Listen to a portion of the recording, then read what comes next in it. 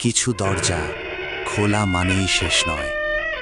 কিছু দরজা খোলার পর ভেতর থেকে কেউ বেরিয়ে আসে, আর তখন তুমি শুধু দর্শক না, তুমি শিকার।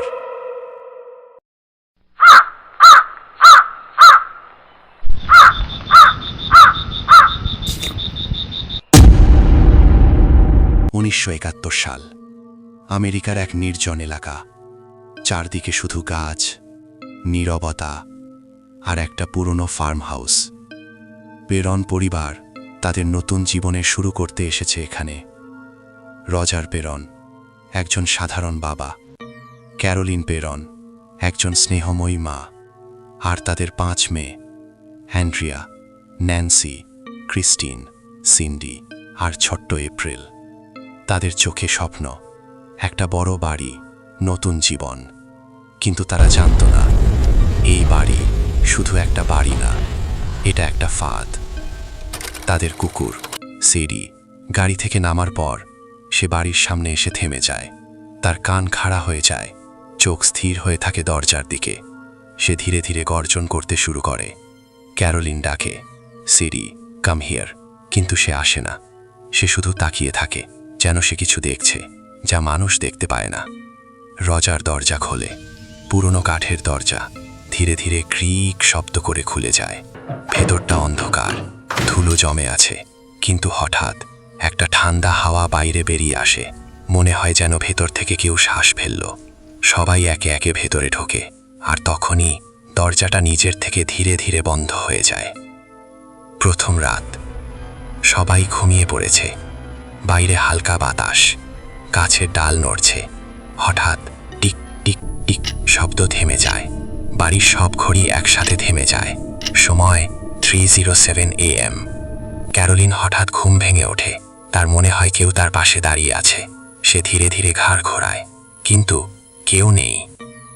পরের দিন সবকিছু স্বাভাবিক মনে হচ্ছিল, কিন্তু রাতে উপরের তলায় পায়ের শব্দ শোনা যায়, ধীরে ধীরে, ধাপ ধাপ ধাপ। রজার উঠে দেখে কেউ নেই, কিন্তু শব্দটা থামে না। ছোট্ট এপ্রিল খেলছে, তার হাতে একটা পুতুল।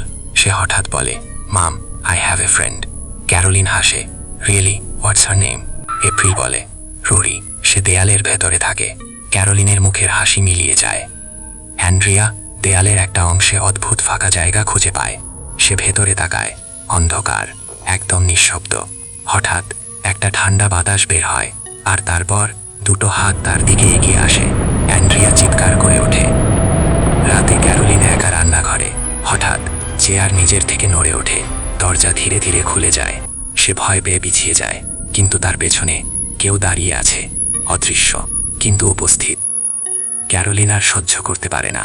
সে বলে, আমাদের সাহায্য দরকার। তারা খোঁজ করে 2 জন ইনভেস্টিগেটরের, Ed Warren, Lorraine Warren. Lorraine বাড়িতে ঢোকার সাথে সাথে থেমে যায়। তার চোখ বড় হয়ে যায়। সে ফিসফিস করে বলে, এখানে অনেক কিছু আছে। এরা শুধু আত্মা না, এরা শয়তান। পরের দিন সকালে এড ওয়ারেন এবং লরেন ওয়ারেন পুরো বাড়ি ঘুরে দেখতে শুরু করে। লরেন ধীরে ধীরে প্রতিটা ঘরে যায়, তার হাত দেয়ালের উপর রাখে। হঠাৎ সে থেমে যায়, তার নিঃশ্বাস ভারী হয়ে ওঠে। সে বলে, এখানে কেউ আমাদের দেখছে। বাড়ির প্রতিটা কোণে যেন কেউ লুকিয়ে আছে। সিঁড়ির উপরে অন্ধকারে একটা ছায়া নড়ে। দরজার ফাঁক দিয়ে কেউ তাকিয়ে থাকে, কিন্তু কাছে গেলেই কিছুই নেই। এড ক্যাপেরা বসাতে শুরু করে। পুরো বাড়ি নজরদারিতে চলে যায়, কিন্তু তারা জানতো না ওরাও নজরদারিতে আছে। লরেন বাচ্চাদের একটা খেলা শেখায়, চোখ বেঁধে বাড়ির ভিতরে হাঁটতে হবে, আর হাততালি দিয়ে অন্যজনকে খুঁজতে হবে। Clap clap. প্রথমে সব মজা মনে হচ্ছিল, কিন্তু হঠাৎ অন্ধকার আলমারির ভিতর থেকে ক্ল্যাপ ক্ল্যাপ শোনা যায়। একটা মেয়ে দরজা খোলে। ভেতরে কেউ নেই, কিন্তু তার কানের পাশে কেউ ধীরে বলে, ক্ল্যাপ। তদন্ত করতে গিয়ে তারা একটা লুকানো দরজা খুঁজে পায়।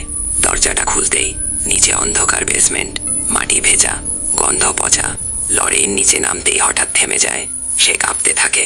তার চোখে একটা ভয়ঙ্কর দৃশ্য, একটা মহিলা, গলায় দড়ি, তার পা তুলছে, আর সে সরাসরি লরেনের দিকে তাকিয়ে আছে। এড পুরনো ডকুমেন্ট খুঁজে বের করে। জানা যায় ব্যাথশিবা নামে এক ডাইনি এই জমিতে থাকত। 1863 সালে সে নিজের শিশুকে বলি দেয়। গ্রামের লোক তাকে ধরতে এলে সে সে গাছে ঝুলে আত্মহত্যা করে, কিন্তু মরার আগে সে বলে যে আমার জমিতে থাকবে সে আমার হবে। রাতে ক্যারোলিন ঘুমাচ্ছে, হঠাৎ তার পাকে যেন টেনে ধরে বিছানা থেকে নামিয়ে দেয়। সে চিৎকার করে, তার শরীর মাটির উপর দিয়ে টেনে নিয়ে যাওয়া হয়। অদৃশ্য শক্তি, নির্দয়, অমানুষিক। সিন্ডি ঘুমাতে ভয় পায়। সে বলে, আমি চোখ বন্ধ করলেই লোকে দেখি ও আমার পাশে দাঁড়িয়ে থাকে। এক রাতে সে ঘুমের মধ্যে হেঁটে দেয়ালের দিকে যায়, আর তার মাথা দেয়ালে ঢুকতে থাকে। ঠক ঠক ঠক। লরেইন একা বসে আছে। হঠাৎ তার চোখের সামনে সবকিছু বদলে যায়। সে দেখে বাড়ির পুরনো সময় ব্যাথশিবা তার শিশুকে হত্যা করছে, আর তারপর গাছে ঝুলে যাচ্ছে। শেষ মুহূর্তে ব্যাথশিবা লরেইনের দিকে তাকিয়ে হাসে। ক্যারোলিন আয়নার সামনে দাঁড়িয়ে সে নিজের মুখ দেখে, কিন্তু আয়নায় তার পেছনে আর একটা মুখ, একটা কালো বিকৃত মুখ ধীরে ধীরে তার কাছে আসে। এড বুঝতে পারে এটা শুধু হন্টিং না, এটা পসেশনের শুরু। সে বলে, আমাদের দ্রুত কিছু করতে হবে, কিন্তু এখন অনেক দেরি হয়ে গেছে। ভিডিওটি কেমন লাগলো কমেন্ট করে জানাবেন, আর যদি ভালো লেগে থাকে আমার ভিডিওগুলো তাহলে একটি লাইক দিবেন।